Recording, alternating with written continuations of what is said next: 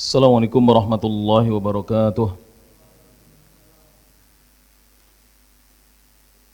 Innal hamdalillah nahmaduhu wa nasta'inuhu wa nastaghfiruh wa na'udzu billahi min shururi anfusina wa sayyiati a'malina. Man yahdihillahu fala mudhillalah wa man yudlil fala hadiyalah. Asyhadu an la ilaha illallah wahdahu la syarika lah wa asyhadu anna Muhammadan abduhu wa rasuluh. Ya ayyuhalladzina amanu taqullaha haqqa tuqatih wa la tamutunna illa wa antum muslimun. Ya ayyuhan nasu taqu rabbakumul ladzi khalaqakum min nafsin wahidah wa khalaqa minha zawjaha وبث منهما رجالا كثيرا ونساء واتقوا الله الذي تساءلون به والأرحام إن الله كان عليكم رقيبا يا أيها الذين آمنوا اتقوا الله وقولوا قولا سديدا يصلح لكم أعمالكم ويغفر لكم ذنوبكم ومن يطع الله ورسوله فقد فاز فوزا عظيما أما بعد فإن أصدق الحديث كتاب الله وخير الهدى هدى محمد صلى الله عليه وعلى آله وسلم وشر الأمور محدثاتها فإن كل محدثة بدعة وكل بدعة ضلالة وكل ضلالة في النار. Jamaah kajian Masjid Al-Imam Asy-Syafi'i rahimahullahu taala Kota Mojokerto yang dirahmati Allah Subhanahu wa taala. Alhamdulillah alladzi bi ni'matihi tatimmus shalihat. Segala puji hanya untuk Allah Subhanahu wa taala yang dengan segala nikmatnya segala kebaikan menjadi sempurna. Semoga Allah Subhanahu wa taala selalu memberikan kepada kita karunia nikmat al-Islam wal iman. Dan semoga Allah Subhanahu wa taala selalu memberikan kepada kita keberkahan dan kesehatan. Allah menjaga keluarga kita. Allah menjaga kaum muslimin dan Allah memberikan hidayah kepada mereka-mereka yang belum mengenal Islam agar mereka kembali kepada ajaran Allah Subhanahu wa taala, dinul Islam, agama Islam. Jamaah kajian rahimani Allah wa iyyakum. Ini adalah kajian perdana setelah kita lama tidak mengadakan pengajian keislaman. Mudah-mudahan di kajian perdana ini dengan diterapkan protokol kesehatan di Masjid Al-Imam Asy-Syafi'i ini rahimahullah, Allah menjaga diri kita mulai dari di masjid ini hingga nanti sampai pulang ke rumah masing-masing. Hanya saya pribadi berpesan, nanti sebelum masuk rumah tolong dicuci tangannya, kakinya. Yang terbaik berwudu, gosok gigi, kumur-kumur, hirup air. Kemudian kita baru masuk rumah menemui keluarga kita. Insyaallah itu yang terbaik. Selain kita memohon kepada Allah Subhanahu wa taala, kita juga bertawakal dengan kita berikhtiar menjalankan apa-apa yang semestinya dilakukan oleh seorang muslim sebagai bentuk tawakalnya kepada Allah Subhanahu wa taala. Karena tawakal itu bukan hanya hati bersandar kepada Allah, tapi juga harus disertai dengan usaha yang maksimal, bukan setengah-setengah. Itulah bentuk tawakal kita kepada Allah Subhanahu wa taala. Melanjutkan kajian kitab ini, dulu banyak dibagi di Masjid Al-Mas, tapi nampaknya banyak yang lupa bawa. Insyaallah ya. Insyaallah masih ada ini kitab ini di kardus. Di mana, akhi? Di Masjid Al-Mas ya? Atau di sini? Kalau ada dibagikan tolong. Ini kitab ini 100 biji soalnya. Nah, di Al-Mas ya. Thayyib. Nanti bisa dicari dibawa ke sini insyaallah. Thayyib. Bagi yang membawa kitabnya, terakhir pembahasan kita di pembahasan poin yang ke-12 halaman 17, sekarang kita masuk poin yang ke-13 di halaman 18. Kitab ini berjudul Kitabut Tauhid. Setelah kita menghatamkan kitab tauhid yang berwarna hijau dengan lambang bendera Saudi Arabia, sekarang kita lanjutkan kitab tauhid yang berwarna biru ini, jilid yang kedua. Penulis mengatakan, lihat halaman 18, bab yang ke-13, Al-Babu Ats-Tsalitsa Asyar, bab yang ke-13, judulnya adalah Al-Imanu wal Amalus Shalihu Sababa Takfiridz Dzunubi wa Husulil Ajr. Kata penulis, semoga Allah menjaga beliau, Al-Imanu wal Amalus Shalihu, keimanan dan amal soleh, itu keduanya merupakan sebab takfiridz dzunub, dihapuskannya berbagai macam dosa-dosa, wa husulil ajr, dan sebab didapatkannya pahala ganjaran di sisi Allah Subhanahu wa taala. Sehingga jemaah sekalian rahmati Allah Subhanahu wa taala, manusia tidak ada yang tidak punya dosa. Semua manusia punya dosa. Entah dosa atau kesalahannya itu disengaja maupun tidak disengaja.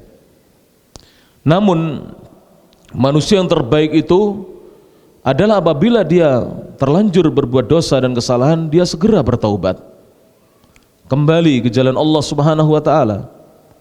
Dia sesali dosa-dosanya yang telah lalu, kesalahan-kesalahannya yang telah berulang-ulang kali dia kerjakan. Kemudian dia berjanji, bertekad, berazam di dalam hatinya untuk tidak mengulangi dosa-dosa dan kesalahan yang telah lalu. Lantas dia memohon ampunan sebanyak-banyaknya kepada Allah Subhanahu wa taala, beristighfar, memperbanyak kalimat-kalimat permohonan ampun kepada Allah Subhanahu wa taala. Lantas dia tutup keburukan-keburukan di masa lalunya dengan kebaikan-kebaikan, ketakwaan kepada Allah Subhanahu wa taala, amal-amal ketaatan, menjalankan perintah, menjalankan yang disunahkan, berupaya sekuat tenaga untuk menjauhi yang dilarang, yang diharamkan, dan juga menjauhi yang dimakruhkan, yang dibenci dalam agama kita. Maka seorang yang demikian ini, fa insyaallah keimanannya dia kepada Allah dan amal soleh yang dia perbuat itu bisa menghapuskan dosa-dosanya yang telah lalu sebanyak apapun, dan juga dia akan mendapatkan pahala di sisi Allah Subhanahu wa taala dengan keimanan dan amal solehnya. Kemudian di sini penulis memaparkan apa yang dimaksud di dalam bab ini. Beliau menyebutkan tentang dalil bahwa iman dan amal soleh merupakan dua sebab dihapuskannya dosa-dosa dan diperolehnya pahala dan ganjaran di sisi Allah Subhanahu wa taala. Allah berfirman dalam surah Al-Ankabut, surat nomor 29 urutannya dalam Al-Quran, ayat yang ke-7. Surat Al-Ankabut ayat yang ke-7. Kalau dilihat dari Al-Quran urutan yang ke-29, Allah Subhanahu wa taala berfirman, a'udzu billahi minasyaitonir rajim.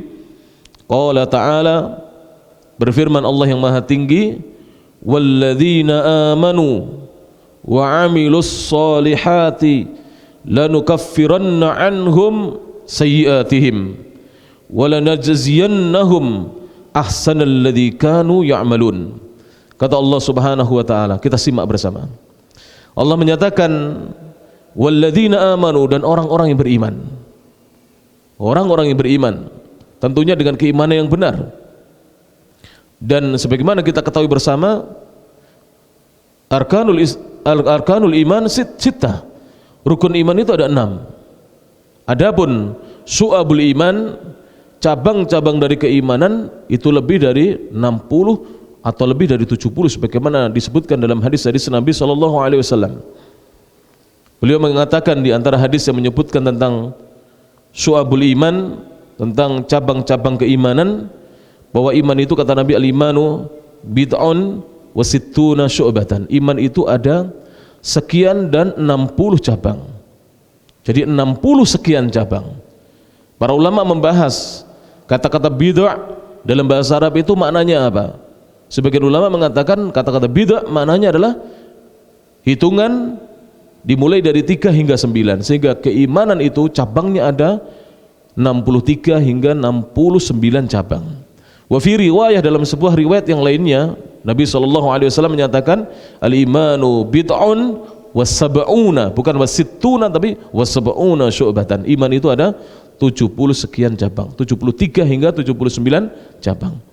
Adapun rukunnya ada 6. Sebagaimana dalam hadisnya Jibril, ketika Jibril datang kepada Nabiullah Muhammad alaihi salatu wassalam, saat itu Nabi Muhammad ada di Masjid Nabawi di Madinah. Mudah-mudahan kita dimudahkan untuk pergi ke sana. Di Madinah, di Masjid Nabawi, Rasulullah bersama sahabat-sahabatnya selepas salat didatangi oleh seorang laki-laki yang pakaiannya sangat putih, rambutnya sangat hitam, tidak ada yang kenal, namun tidak ada tanda-tanda perjalanan jauh. Laki-laki ini kemudian bertanya kepada Nabi SAW, dan hadisnya sudah dikenal oleh kita semuanya. Bertanya kepada Nabi SAW tentang 3 perkara atau 4 perkara. Yang pertama mempertanyakan tentang al-Islam, kemudian al-Iman, kemudian al-Ihsan, kemudian tentang tanda-tanda hari kiamat, asyratus sa'ah. Ketika bertanya tentang iman, laki-laki ini mengatakan, "Ya Muhammad, akhbirni anil iman." Wahai Muhammad, sampaikan kepadaku tentang iman. Apa itu iman? Aku ingin tahu tentang iman ya Muhammad. Jibril ini mengatakan demikian. Maka kemudian Rasulullah sallallahu alaihi wasallam menjawab, qal al-iman, iman itu an tu'mina billah, kamu beriman kepada Allah. Dan iman kepada Allah wujudnya adalah mengimani 3 macam tauhid. Yang pertama, mengimani tauhid ar-rububiyah, bahwa Allah adalah maha berbuat. Allah maha mencipta, maha memberi rezeki, maha mengatur alam, maha menghidupkan, maha mematikan, maha mendatangkan bala dan penyakit serta wabah. Allah pula yang maha mengangkat dan menghilangkan serta menyembuhkannya. Allah maha mengatur alam, Allah maha merajai, Allah maha menyembuhkan. Ini semuanya adalah tauhid rububiyah kita yang wajib kita yakini. Kemudian yang kedua, tauhid al-uluhiyah sebagai wujud dari keimanan kita kepada Allah Subhanahu wa taala. Kita wajib mempersembahkan segala ibadah kita ini, ketaatan kita hanya untuk Allah Subhanahu wa taala. Harus lillahi taala, karena Allah, bukan karena yang lainnya. Kemudian yang ketiga, wujud dari keimanan kepada Allah adalah mentauhidkan Allah dalam al-asma wa sifat. Meyakini bahwa Allah maha memiliki nama-nama yang maha indah dan sifat-sifat yang maha mulia. Kemudian Rasul mengatakan, wa malaikatihi, dan engkau beriman dengan malaikat-malaikatnya. Kemudian wa kutubihi, dan engkau beriman dengan kitab-kitabnya, kitab-kitabnya Allah. Wa rusulihi, dan engkau beriman dengan para utusan Allah. Wal yaumil akhiri, engkau beriman dengan hari akhir, yaitu hari kiamat yang dimaksud di sini. Kemudian wa tu'mina, diulangi lagi kata-kata beriman, dan engkau beriman bil qadari, dengan takdirnya Allah, ketentuannya Allah, ketetapannya Allah, khairihi wa syarrihi, yang baik maupun yang buruknya. Ini tentang keimanan. Maka para jamaah yang rahmati Allah Subhanahu wa taala, di sini Allah Subhanahu wa taala mengatakan walladzina amanu, dan orang-orang yang beriman, wa amilus solihat, dan mereka beramal dengan amalan yang saleh. Jadi iman itu tidak lepas dari amal soleh para jamaah. Karena para ulama ahlus sunnati wal jamaah, mereka mentakrir, menetapkan bahwa al-iman itu adalah qaulun bil lisan, ucapan dengan lisan, wa tasdiqun bil janan, kemudian membenarkan di dalam hati, wa amalun bil arkan, kemudian mengamalkan dengan anggota badannya. Kemudian para ulama mengatakan yazidu bi ta'atir rahman, iman itu bisa bertambah dengan seorang mentaati Allah yang maha rahman, yang maha pemurah, wa yanqusu, dan bisa berkurang bi ta'atis syaitan, dengan mentaati syaitan. Inilah 5 nun yang disebutkan oleh para ulama, khamsu nunatin fil iman, 5 nun dalam masalah keimanan. Yang pertama apa? Qaulun bil lisan, ucapan dengan lisan. Iman itu wajib diucapkan dengan lisannya. Tidak cukup keimanan itu dalam hati. Yang kedua, wa tasdiqun bil janan atau bil qalbi, dan meyakini di dalam hati. Harus ada keyakinan di dalam hati. Kemudian yang ketiga, wa amalun bil arkan atau bil jawarih, mengamalkan dengan anggota badan. Wajib. Jadi sebagai bentuk keimanan kita ini beramal soleh. Jadi tidak benar seorang yang mengeluarkan amal soleh dari keimanan. Amal soleh ini bagian dari keimanan, tidak lepas dari keimanan. Ini adalah bagian dari keimanan. Kemudian iman itu yazidu, bisa bertambah, bi ta'atir rahman, dengan kita senantiasa mentaati Allah Subhanahu wa taala yang Maha Pemurah. Wa yanqusu, dan bisa berkurang, bi ta'atis syaitan, dengan seorang mentaati syaitan. Naudzubillah min dzalik. Iman berkurang, jadi turun, down, drop, disebabkan seorang mentaati syaitan.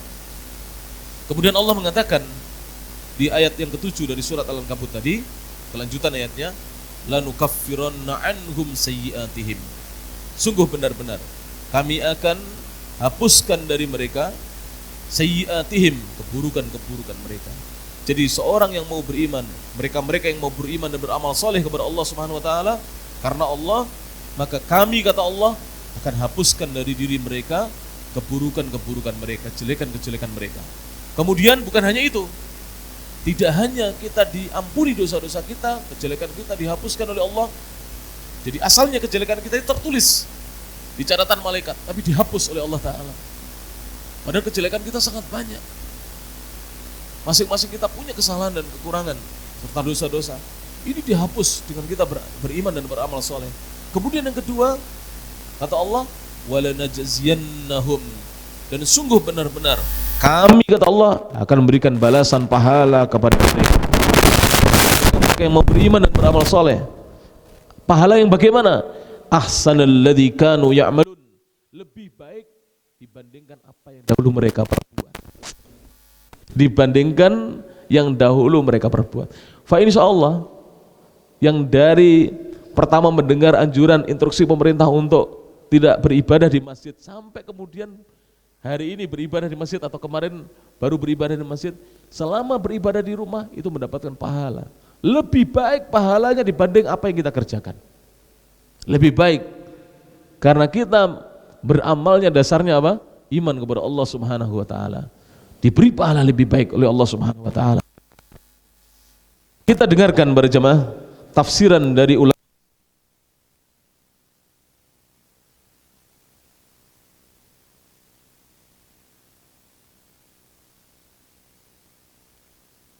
ulama-ulama besar kaum muslimin agar kita menjadi tentram mendengar tafsiran tersebut. Al-Imam Ibnu Katsir rahimahullah taala, ini yang membawa buku catatan bisa dicatat. Nama lengkap beliau adalah Ismail Ibnu Umar Ibnu Katsir. Jadi nama beliau adalah Ismail Ibnu Umar Ibnu Katsir. Jadi Katsir itu adalah nama kakeknya Ibnu Katsir. Nama kakeknya. Jadi nama beliau sendiri adalah Ismail. Ayahanda beliau namanya Umar, Ismail bin Umar bin Katsir.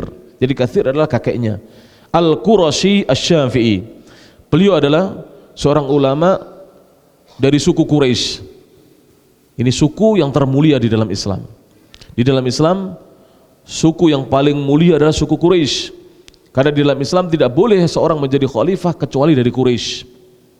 Tidak boleh seorang menjadi pemimpin seluruh kaum muslimin kecuali dari suku Quraisy. Tidak boleh. Kalau jadi gubernur boleh selain Quraisy, tapi untuk khalifah kaum muslimin harus dari Quraisy. Ini menunjukkan keutamaan dan kemuliaan, fadlnya, keutamaannya suku Quraisy, kabilah Quraisy. Asy-Syafi'i, dan beliau bermadzhab Syafi'i. Beliau bermadzhab Syafi'i. Saya pernah jelaskan para jemaah dalam kajian-kajian saya, entah dulunya bertahun-tahun yang lalu di sini atau di masjid yang lainnya, para ulama ketika disebutkan misalnya beliau menisbahkan dirinya kepada mazhab tertentu, itu tidak tercela. Yang tercela adalah berpendapat dengan pendapat pribadinya, ini yang tercela. Seorang dalam beragama tidak bisa berpendapat dengan pendapat pribadinya. Tapi kalau dia mengikuti pendapat ulama tertentu boleh, yang ulama itu diakui keilmuannya. Apalagi Al-Imam Syafi'i, yang masa Imam Syafi'i dengan masa kenabian sangatlah dekat sekali. Jemaah sekalian rahmati Allah Subhanahu wa taala. Dan beliau berguru kepada ulama-ulama tabi'in. Beliau berguru dengan ulama-ulama tabi'in, menunjukkan kebesaran ulama ini, kedalaman ilmunya, Imam Syafi'i. Oleh karena itu banyak di antara ulama-ulama kaum muslimin mengikuti metode di dalam beragamanya Imam Syafi'i atau mazhabnya Imam Syafi'i, pendapat Imam Syafi'i. Ulama ini dilahirkan pada tahun 701 Hijriah dan wafat pada tahun 774 Hijriah. Sehingga ketika wafat beliau usia 73 tahun di Damaskus. Beliau memiliki kitab namanya Tafsir Al-Qur'anil Azim yang lebih dikenal dengan Tafsir Ibnu Katsir. Jadi lebih kita kenal dengan Tafsir Ibnu Katsir. Tafsir Ibnu Katsir. Sebenarnya namanya adalah Tafsir Al-Qur'anil Azim, kitab yang beliau susun ini. Dan hendaknya setiap muslim jika diberi keluasan rezeki oleh Allah atau kelebihan rezeki, mengoleksi, membeli kitab ini para jemaah. Kalau belum bisa bahasa Arabnya, belilah yang berbahasa Indonesia, sudah ada terjemahannya. Silakan dibeli untuk kita baca-baca di rumah. Kita jangan hanya mencukupkan membaca Al-Quran lafadznya saja, tapi juga kita perlu membaca kandungan tafsiran dari ayat-ayat Al-Quran yang merupakan kitab suci bagi kita. Beliau mengatakan, kita simak perkataan beliau. Qala al-Imam Imaduddin Abul Fida Ismail ibn Umar ibn Kathir Al-Qurashi Asy-Syafi'i rahimahullahu ta'ala. Qala al-Imam, berkata al-Imam Imaduddin, ini laqabnya beliau, Imaduddin, tiangnya agama, penopangnya agama. Abul Fida, kunyahnya adalah Abul Fida, panggilan kehormatannya adalah bapaknya Al-Fida. Ismailu ibnu Umar ibni Kathirin Al-Qurashi Asy-Syafi'i rahimahullahu ta'ala. Beliau mengatakan tentang tafsiran ayat tersebut. Ayat yang terdapat dalam surat apa tadi? Surat Al-Ankabut. Ayat berapa? Ayat yang ke-7 ya. Surat Al-Ankabut ayat yang ke-7. Surat nomor 29. Allah ketika mengatakan walladzina amanu wa 'amilus solihati lanukaffiranna 'anhum sayyi'atihim wa lanajziyannahum ahsanal ladzi kanu ya'malun. Ibnu Katsir berkata, kita simak perkataan ulama besar ini. Beliau mengatakan, tsumma akhbara, kemudian Allah mengabarkan kepada hamba-hambanya yang mau membaca kitab Al-Quran, annahu ma'aghinahu, bahwasanya dia Allah bersama tidak butuhnya dia, anil khalaiki, dari makhluk-makhluk, jami'ihim, semuanya atau seluruhnya, min ihsanihi, di antara perbuatan ihsannya Allah, wa birrihi, dan perbuatan baiknya Allah, bihim, terhadap makhluk-makhluknya Allah. Jadi Allah kan tidak butuh kepada makhluk. Allah itu tidak butuh kepada kita ya.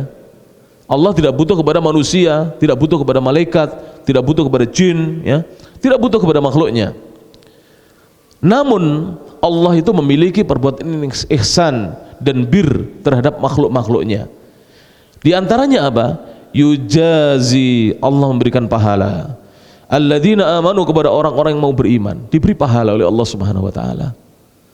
Jadi Allah memberikan pahala kepada orang-orang yang beriman.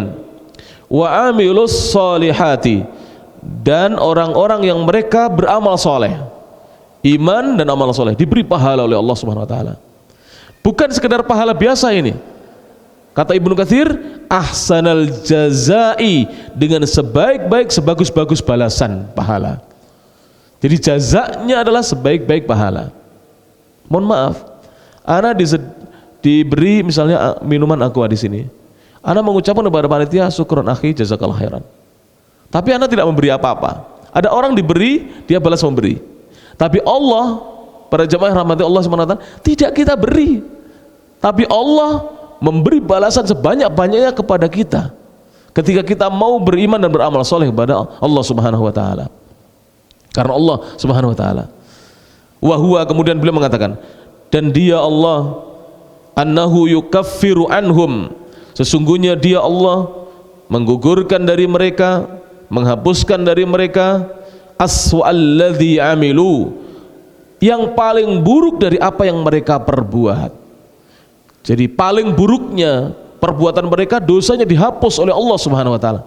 Perbuatan yang terburuk pun dosanya dihapuskan oleh Allah Subhanahu wa taala. Kemudian kata Ibnu Katsir, wa yajzihim, kemudian Allah beri balasan kepada mereka.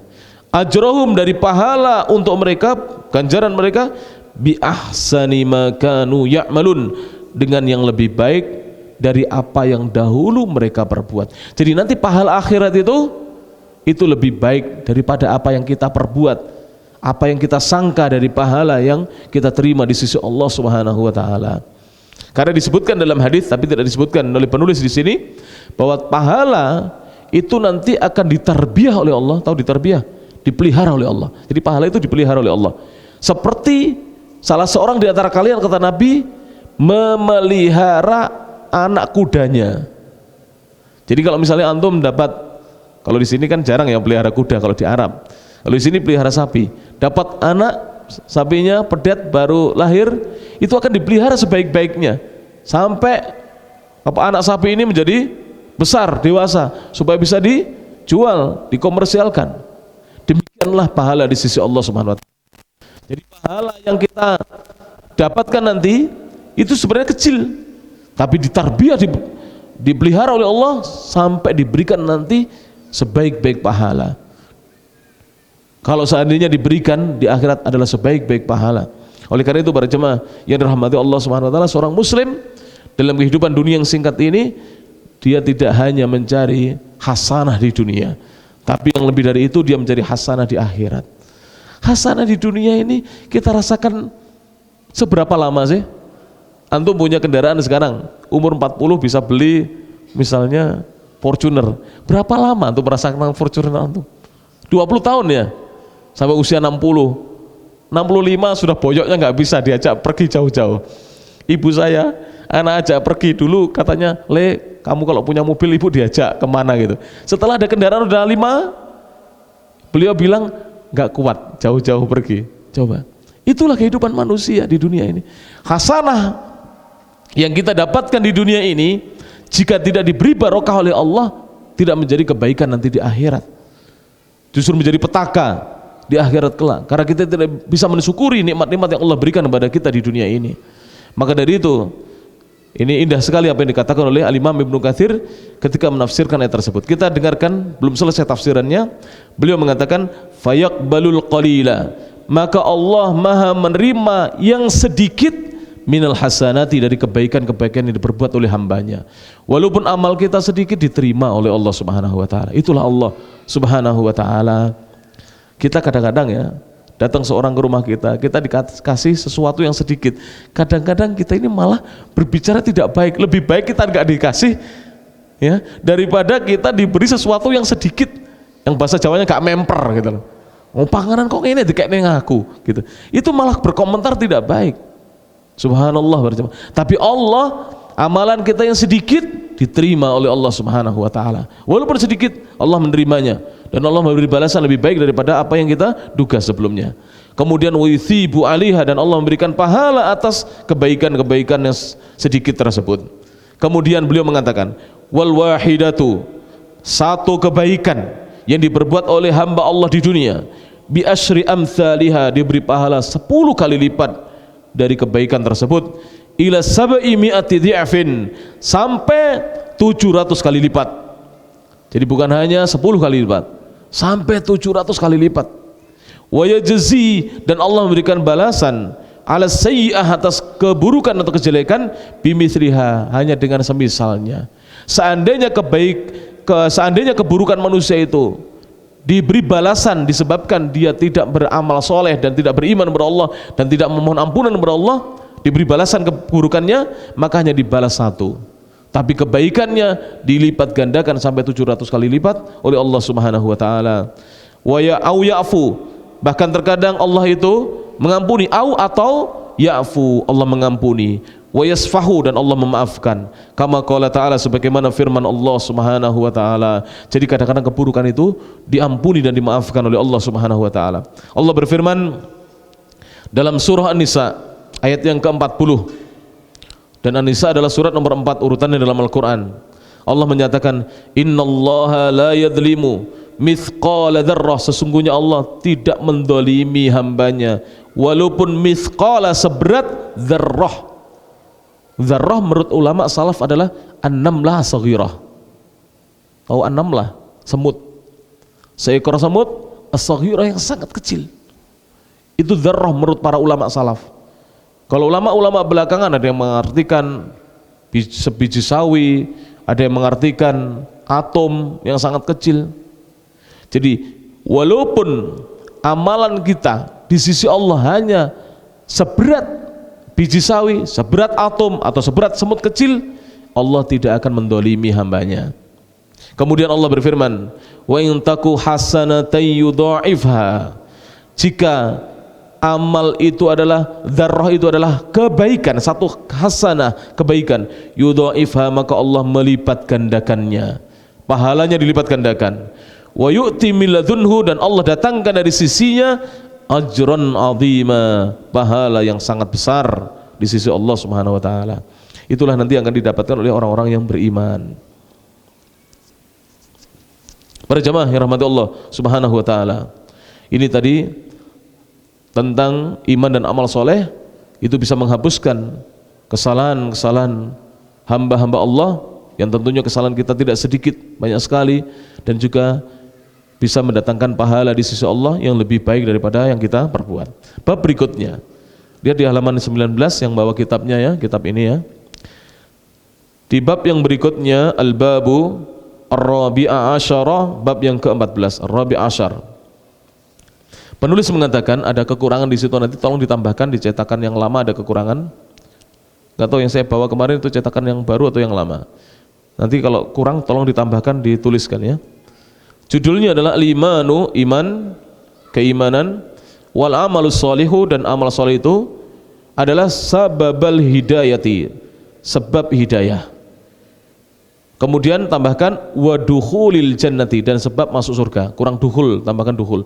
Wadukhulil jannati, dan sebab masuk surga. Sehingga iman dan amal soleh merupakan sebab datangnya hidayah, petunjuk dari sisi Allah, dan sebab masuk surga. Sehingga para jemaah, kadang-kadang manusia itu di kehidupan dunia ini dia terlena dengan gemerlapnya kehidupan dunia, dengan hiruk pikuknya kehidupan dunia, dengan berbagai macam hal yang ada di dunia ini, terlena. Kemudian dia lebih mengikuti arus godaan syaitan, sampai kemudian dia jauh dari Allah Subhanahu wa taala. Namun ketika orang itu mulai datang keimanan dalam hatinya, kemudian dia berupaya untuk berbuat satu amal soleh saja. Ada orang itu dapat hidayah gara-gara apa? Memberi minum seekor anjing. Ada orang dapat hidayah gara-gara apa? Mendatangi seorang alim, bertanya kepada seorang alim tentang taubat. Apakah saya yang sudah membunuh 99 orang ini punya harapan untuk diterima taubatnya? Ternyata yang didatangi salah, bukan orang alim, ahli ibadah. Dia pun bunuh orang itu. Begitu genap 100, dia datangi seorang yang alim. Dia ingin tanya apakah tobatnya masih diterima. Hanya sekedar bertanya apakah tobat dia bisa diterima, apakah dia bisa menjadi hamba Allah yang diterima tobatnya. Ternyata itu menjadi jalan hidayah bagi dirinya. Jadi jalan hidayah banyak para jemaah yang dirahmati Allah Subhanahu wa taala. Ada di antara kita dapat hidayahnya ketika sakit. Tatkala sakit dia merenung, kemudian dia minta ampun atas kesalahan-kesalahan dia kepada Allah, walaupun dia belum tahu harus berbuat apa setelah ini. Itu jalan hidayah bagi dirinya. Dan banyak lagi jemaah sekalian rahmati Allah Subhanahu wa taala. Dasar yang menjadi dasar tentang iman dan amal soleh merupakan sebab datangnya hidayah dan sebab masuk surganya seseorang adalah firman Allah Subhanahu wa taala dalam surah Yunus. Dalam surat apa? Yunus. Yunus itu surat nomor 10, ayatnya nomor 9. Surat Yunus itu setelah At-Taubah, sebelum Hud. Karena At-Taubah itu surat nomor 9, Yunus 10, 11 Hud, 12 Yusuf, ya enggak berjamaah. Nah ini sudah lama enggak ngaji kok pelongo-pelongo ini. Sudah lama enggak ngaji. Biasanya kalau ngaji dengan saya tanya nomor surat, harus hafal. Surat pertama Al-Fatihah, surat kedua Al-Baqarah, surat ketiga Ali Imran, surat keempat An-Nisa, surat kelima Al-Maidah, surat keenam Al-An'am, ketujuh Al-A'raf, kedelapan Al-Anfal, ya enggak? Kemudian ke-9 At-Taubah, 10 Yunus, ini 10. Dalam surat Yunus ayat yang ke-9, surat nomor 10 urutannya dalam Al-Quran, Allah berfirman, kata Allah, innal ladzina amanu. Kita simak ya. Sesungguhnya orang-orang yang beriman. Ini ngecas keimanan lagi nih. Kita lama nggak ngaji soalnya. Ngecas keimanan, yang ngecas bukan hanya antum, mana juga ngecas keimanan. Semua itu ngecas keimanan. Ketika orang baca Quran itu, subhanallah.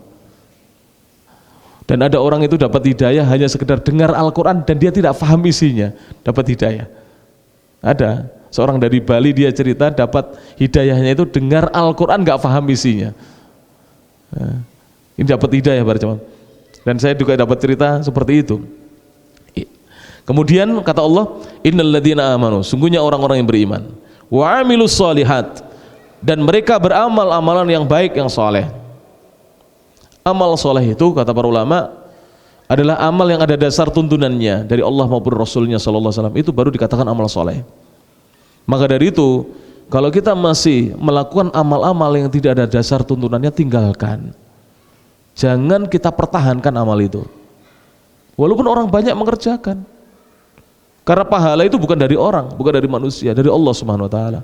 Kalau kita masih istiqomah, rutin di atas amalan yang tidak ada tuntunannya, tinggalkan.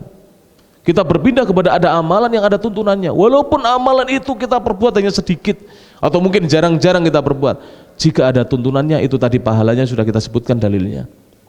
Sampai 700 kali lipat. Kemudian Allah mengatakan, mereka-mereka yang beriman dan beramal soleh, yahdihim rabbuhum biimanihim, yahdihim rabbuhum biimanihim. Rabb mereka, sesembahan mereka, siapa? Allah Subhanahu wa taala, akan memberikan petunjuk kepada mereka disebabkan keimanan mereka. Jadi datangnya hidayah itu kalau ada iman, dan iman pun dari Allah. Maka kita ini harus terlalu bersyukur. Hidayah itu dari Allah, iman juga dari Allah. Alhamdulillah kita diberi iman, kita diberi hidayah. Kemudian Allah berfirman, tajri, yang mengalir, min tahtihimul anhar, dari bawah mereka sungai-sungai. Jadi nanti kelak mereka ketika berada di surganya Allah Subhanahu wa taala itu, di bawahnya mengalir sungai-sungai. Fi jannatin na'im, di dalam surga-surga yang penuh dengan kenikmatan. Dalam surga-surga yang penuh dengan kenikmatan. Jamaah sekalian rahmatullah taala, benar tidak ini? Akhir-akhir tahun ini banyak hal yang mengejutkan buat kita. Ana sendiri kadang-kadang kaget. Teman 1 atau 2 angkatan di atas saya tiba-tiba dikabarkan meninggal dunia. Dan tidak ada riwayat penyakit sebelumnya. Jadi tidak pernah didengar dia punya riwayat penyakit yang berat tiba-tiba meninggal dunia. Dan ini banyak para jemaah. Kalau mengingat hal yang seperti ini, kita ini lebih harus menjaga iman kita dan mohon kepada Allah agar Allah melindungi, menjaga iman kita. Kemudian kita mohon kepada Allah agar kita bisa mengamalkan ajaran-ajaran Allah dan Rasulnya sallallahu alaihi wasallam. Mengingat kematian itu bisa datang tiba-tiba. Bisa datang tiba-tiba berjemaah yang rahmati Allah Subhanahu wa taala. Baik. Kita nukilkan tafsiran ayat yang terdapat dalam surat Yunus tadi, ayat yang keberapa tadi? Ayat yang ke-9, surat nomor 10, ayat yang ke-9. Ucapan seorang ulama, Abu Ja'far At-Tabari. Kita kenalkan sedikit, saya catatkan di sini, para jemaah saya bacakan riwayat singkat dari Abu Ja'far At-Tabari supaya kita kenal dengan ulama-ulama kita, ya. Al-Imam Abu Ja'far At-Tabari, mudah-mudahan saya catatkan di sini. Beliau ini, ya, silakan ditulis, nama beliau adalah Muhammad ibnu Jarir. Jadi Abu Ja'far At-Tabari namanya adalah Muhammad ibnu Jarir ibni Yazid ibni Katsir. Tidak sama dengan Ibnu Katsir tadi, ya. Kalau Ibnu Katsir tadi namanya siapa? Ismail bin Umar bin Katsir. Jadi kakeknya namanya Katsir. Kalau beliau ini namanya siapa? Muhammad bin Jarir bin Yazid bin Katsir. Jadi Imam Muhammad, namanya Muhammad bin Jarir, oleh karena itu beliau lebih dikenal juga atau juga populer dengan sebutan Ibnu Jarir. Jadi tafsir Ibnu Jarir At-Tabari, tafsir At-Tabari. Ini sebenarnya adalah tafsir tertua. Sampai-sampai sebagian ulama mengatakan Ibnu Katsir sebenarnya meringkas tafsir At-Tabari. Jadi Ibnu Katsir itu meringkas tafsir tulisannya Al-Imam Ibnu Jarir At-Tabari yang namanya adalah Muhammad bin Jarir bin Yazid bin Katsir At-Tabari. Abu Ja'far, ya, kunyahnya Abu Ja'far. Beliau ini, para jemaah yang rahmati Allah Subhanahu wa taala, lahir pada tahun 224. Tahun berapa? 224. Jauh sebelum Ibnu Katsir. Ibnu Katsir 701 Hijriah. Beliau 224, abad ketiga Hijriah. 224 Hijriah. Dan wafat pada tahun 310 Hijriah. Beliau wafat pada tahun 310 Hijriah. Kita dengarkan, kita simak ucapan beliau. Akhi, sampai jam berapa kita? Ini kan perdana ya. Jam berapa? Kita selesaikan ini ya insyaallah ya. 2 poin saja atau 3 poin? 2 poin insyaallah ya. Sudah cukup ini insyaallah. Sudah cukup kita mendapatkan cas keimanan insyaallah ini ya. Baik. Qala Abu Ja'far, berkata Abu Ja'far, yaqulu ta'ala dzikruhu. Berkata Allah yang Maha Tinggi sebutannya. Antum kalau pengen tahu kitab ini, pergi berkunjung ke rumahnya para ustadz kita. Di rumah mana ada kitab ini? 27 jilid ya, segini kitabnya. Bisa antum lihat. Minimal lihat walaupun belum pernah belajar ya, dilihat aja kitabnya. Kalau orang sudah senang dengan kitab itu nanti mudah senang dengan pengajian. Ya. Jadi senang itu bertahap ini. Santri-santri yang baru masuk pesantren ini, bagi bapak-bapak yang ingin memesantrenkan putranya, jangan dipaksa anak itu. Ini pengalaman pribadi anak dan pengalaman para wali santri. Kalau ada orang tua ingin memasukkan anak ke pesantren, jangan dipaksa. Bagaimana maksudnya? Jangan dipaksa. Ajak keliling pesantren, suruh dia milih di mana dia ingin tinggal di situ. Sudah turuti dulu. Nah, turuti dulu begitu. Dan nanti pengasuh pesantren atau pengasuh sebuah lembaga pendidikan Islam seperti di sini ada madrasah, sekolah. Itu juga jangan membuat takut santri.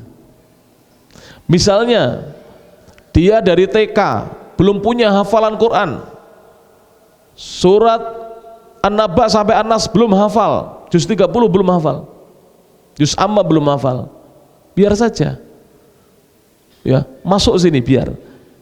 Jangan dibuat down dia, dibuat senang dengan madrasah dulu. Awalnya begitu.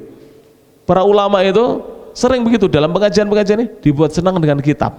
Bagaimana caranya? Antum tahu di Saudi Arabia kalau ngaji begini, itu yang bagi kitab bukan panitia, ustadznya, syekhnya. Karena ustadz di Indonesia nggak begitu kaya, ya yang bagi panitia. Kalau di Saudi itu yang bagi kitab itu ustadznya, dikasih kitab, syekhnya. Bagi kitab. Kadang-kadang yang dikaji 1 tapi sudah dikasih 2 kitab, tapi judulnya berbeda. Dia bilang, syekhnya bilang, ini yang 1 sekarang kita kaji, nanti yang 2 insya Allah kita kaji kalau sudah selesai yang 1-nya. Begitu. Jadi orang dibuat senang dengan belajar dulu. Jangan ditakut-takutin. Orang mau belajar ditakut-takutin, semangatnya menjadi kendor. Demikian juga kita para jamaah di sini, para jamaah yang rahmati Allah Ta'ala. Putra antum mau pesantren, kemudian mensyaratkan, mau pak saya ke pesantren atau mau ya saya di pesantren.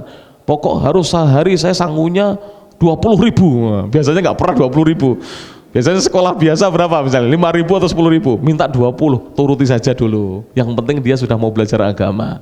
Nuruti orang belajar baik kok nggak mau gitu ya nggak? 20.000 turuti, nggak apa-apa, kita kerja keras supaya bisa ngasih uang saku 20.000. Begitu para jamaah yang rahmati Allah Subhanahu wa taala.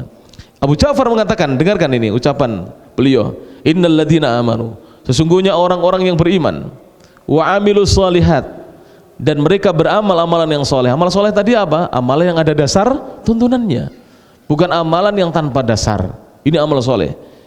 Maka beliau berkata, innalladzina saddaqullaha wa rasulahu. Iman itu maksudnya adalah sesungguhnya orang-orang yang saddaqullaha, membenarkan, mempercayai Allah, wa rasulahu, dan mempercayai Rasulnya. Maksudnya beriman adalah percaya kepada Allah dan Rasulnya. Wa amilus sholihat, dan mereka beramal amalan yang soleh. Wa dzalikal amalu bi taatillah, dan amalan itu adalah amalan dalam rangka mentaati Allah. Kemudian wal intihai ila amrihi, dan berhenti pada perkaranya Allah, perintahnya Allah. Ini tadi yang saya katakan, iman amalnya harus ada dasar tuntunannya. Amal yang niatnya untuk mentaati Allah dan berhenti pada perintahnya Allah. Tidak ada ya amalan yang diperbuatnya kecuali amalan ini ada perintah dari Allah, ada perintah dari Rasulullah SAW. Maka Allah berfirman, yahdihim rabbuhum biimanihim. Rabb mereka, sesembahan mereka yaitu Allah akan memberikan petunjuk kepada mereka berdasarkan atau disebabkan keimanan mereka. Yaqul, apa makna yahdihim rabbuhum biimanihim? Yursyiduhum, Allah membimbing mereka. Yursyiduhum rabbuhum, Allah Rabb mereka membimbing mereka. Biimanihim, disebabkan keimanan mereka. Bihi, kepada Allah. Ilal jannati, dibimbing menuju surga.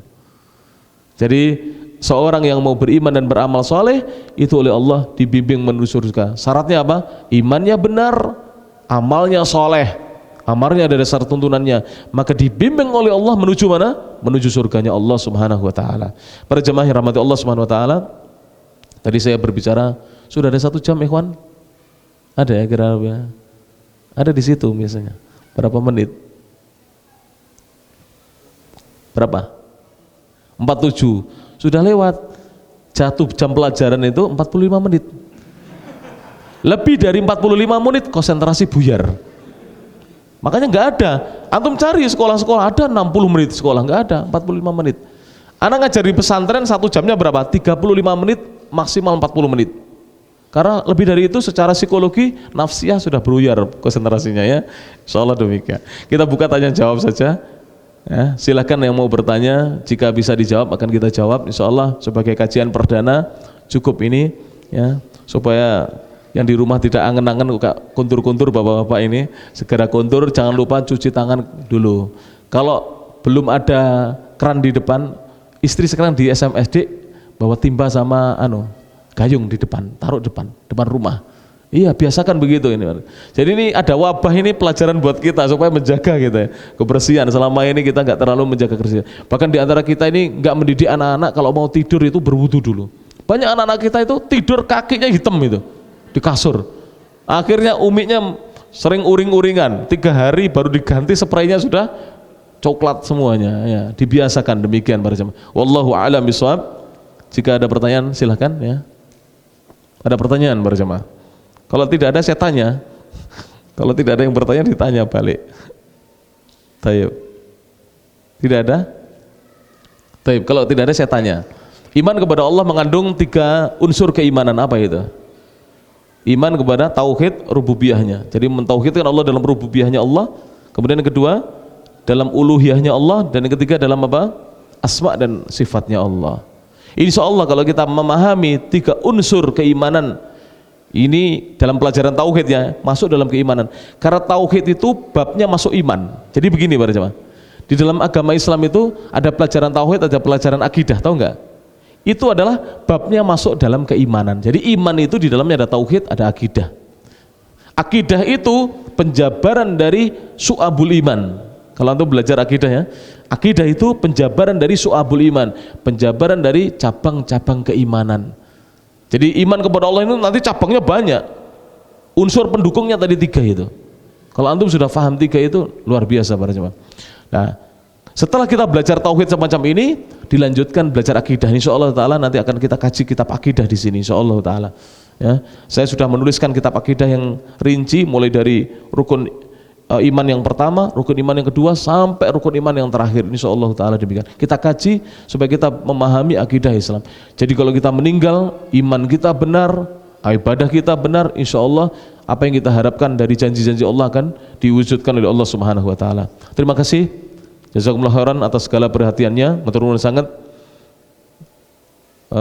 Karawan panjenengan wonten majelis ilmu menika mugi-mugi sedaya ingkang rawuh dipun jagi kalian Allah Subhanahu wa taala, dipun reksa kalian Allah Subhanahu wa taala, tansah keparingan hidayah, keberkahan saking ngarsanipun Allah Subhanahu wa taala. Mugi-mugi nggih sedaya keluarga kula panjenengan, garwa, putra-putri, putra mantu, putra wayah sedaya dikaparingan hidayah saking ngarsanipun Allah Subhanahu wa taala, lan tansah dipun reksa, dipun jagi kalian Allah Subhanahu wa taala. Kirang langgungipun nyuwun ngapunten, kurang lebihnya saya mohon maaf. Subhanakallahumma wa bihamdik asyhadu an la ilaha illa anta astaghfiruka wa atubu ilaik wa akhiru da'wana anil hamdulillahi rabbil alamin. Assalamualaikum warahmatullahi wabarakatuh.